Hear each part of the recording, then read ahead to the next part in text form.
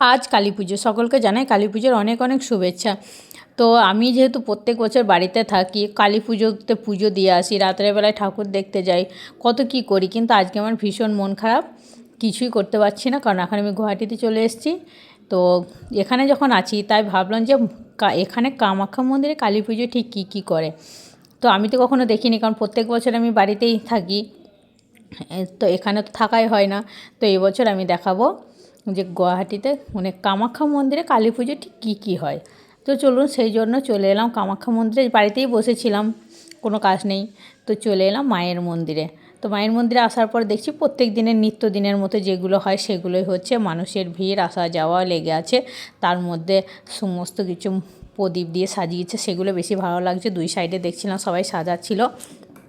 তো আসার পরে দেখুন মায়ের মন্দিরটা কীরকম প্রদীপ দিয়ে, মাটির প্রদীপে তেল দিয়ে কত সুন্দর করে সব প্রদীপ জ্বালিয়েছে। তো আমিও এসে বসে গেলাম, মেনলি আমার আশা এখানে প্রদীপ জ্বালাতে। তো আমি এলাম প্রদীপ জ্বালাতে, বসে গেলাম আমরা তিনজন মিলে।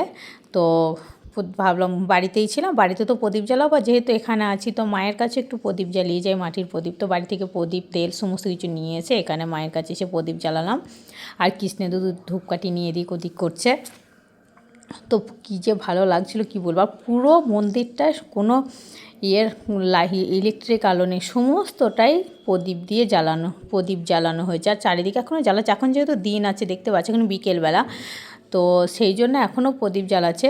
তো আমাদের আস্তে আস্তে 4:30 বেজে গেল। আর একটু আগে এলে না মায়ের মন্দিরের ভেতরে যাওয়ার, দর্শন করার টিকিট পাওয়া যেত। আমরা এলাম আর তার একটু আগেই তালা মেরে দিল, বন্ধ হয়ে গেল। মানে যারা দর্শন করবে ভিতরে মানুষ আছে, কিন্তু টিকিট আর দিচ্ছে না, টিকিটের যে টিকিট কাউন্টারে তালা বন্ধ হয়ে গেল। তো সেই জন্য আর মাকে আর দর্শন হলো না। তো শুধুই করে দিয়ে গেলাম। তো অন্যান্য বছর কি হতো, আগে আমি শুনেছি, বা আমি এক বছর বিয়ের পর এক বছর ছিলাম, তো তখন দেখেছি মানে কালী পুজোর দিনে কামাখ্যা মন্দিরে কেউ পুজো মানে দর্শন করতে আসতো না, পুরো খালি থাকতো, মানুষ ডেকে ডেকে মানে দর্শন করানো হতো, এরকম ছিল যেহেতু।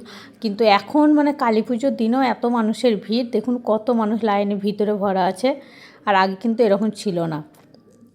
তো চারিদিকটা দেখুন একদম কী সুন্দর মাটির প্রদীপে জ্বালানো হচ্ছে। আর এই যে বসার সিঁড়িগুলো না, এগুলো কিন্তু সমস্তটাই ওই প্রদীপ রাখা আছে। এখন যেহেতু দিনের বেলা তো সব কিছু জ্বালায়নি, এই যে জ্বালাচ্ছে একটা একটা করে, তেমন যখন সবগুলো যখন জ্বালাবে কী না অসাধারণ লাগবে। নিচেগুলো জ্বালানো হচ্ছে, তাই দেখুন কত সুন্দর লাগছে। আর এগুলো এখন সব জ্বালানো চলছে, যেহেতু এখন বিকেল আছে, দিন আছে, তো জ্বালানো আরম্ভ করেছে।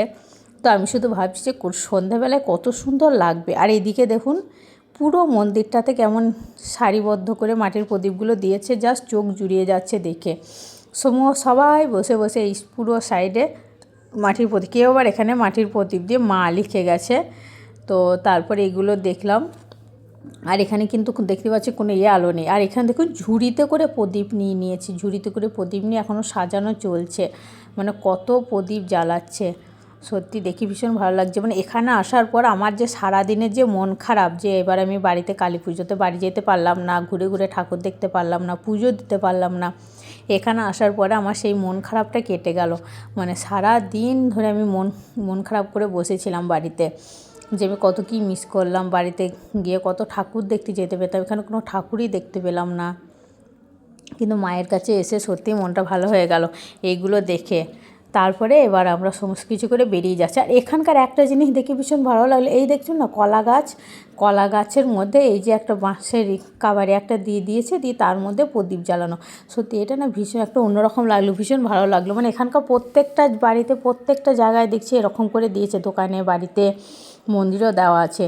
কিন্তু আমাদের ওইদিকে না এটা করে না, আমি কখনো দেখিনি। এখানে আসার পরে এটা দেখলাম যে কলা গাছের মধ্যে এটা দেওয়া, তো ভীষণ ভালো লাগলো। তো কামাখ্যা মন্দির থেকে বেরিয়ে চলে এলাম বগলা মার কাছে, এখানেও প্রদীপ নিয়ে চলে এলাম।